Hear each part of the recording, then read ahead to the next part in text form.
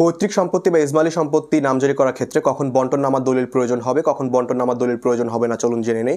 Hello, আসসালামু আলাইকুম। আমি অ্যাডভোকেট আহমেদ ইমতিয়াজ ঢাকা জজ কোর্ট, বিডি লিগ্যাল অ্যাডভাইস চ্যানেলের পক্ষ থেকে সকলকে স্বাগতম।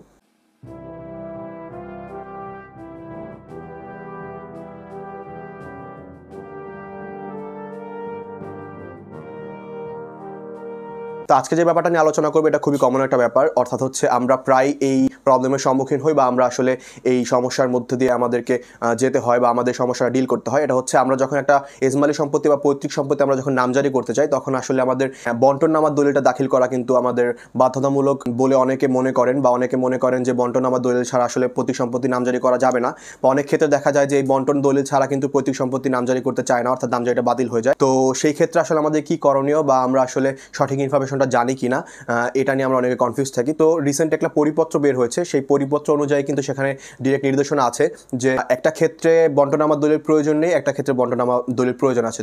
যখন আপনি আপনার পৈতৃক সম্পত্তি বা ইজমালি সম্পত্তি হিস্সা অনুযায়ী দাগে দাগে আপনি যখন নামজারি করতে যাবেন, অর্থাৎ জমির পরিমাণটা উল্লেখ করে সবার যে হিস্সা অনুযায়ী, ভাগের হিস্সা অনুযায়ী কিন্তু আপনাকে সেই নামজারিটা একটা খতিয়ানে সৃজন করে দিবে। সেই ক্ষেত্রে কিন্তু আপনাকে বন্টননামা দলিল দাখিল করার প্রয়োজন হবে না। আর অন্য একটা উপায় হচ্ছে যেখানে হচ্ছে নিজের নামে পার্সোনালভাবে সবার আলাদা আলাদা ভাগ অনুযায়ী যখন আপনাকে নামজারিটা দিবে আলাদা আলাদা খতিয়ান অনুযায়ী, তখন কিন্তু সে জমা ভাগ অনুযায়ী আপনি যখন নামজারি করতে যাবেন তখন আপনার এই বন্টননামা দলিলের প্রয়োজন হবে। তো যখন আপনি বন্টননামা দলিল ছাড়া আপনার এই নামজারিটা সম্পাদন করতে যাবেন, অর্থাৎ হচ্ছে হিস্সা অনুযায়ী দাগে দাগে এটা যখন করতে যাবেন সম্পাদন, তখন কিন্তু আপনাকে অবশ্যই ওয়ারিশ সার্টিফিকেট সাথে সংযুক্ত রাখতে হবে, অর্থাৎ ওয়ারিশ সার্টিফিকেট কিন্তু আপনাকে পাশাপাশি দাখিল করতে হবে। তো এই ছিল আজকে আমার আলোচনার বিষয়। সকলে ভালো থাকবেন, সুস্থ থাকবেন, সতর্ক থাকবেন। আসসালামু আলাইকুম।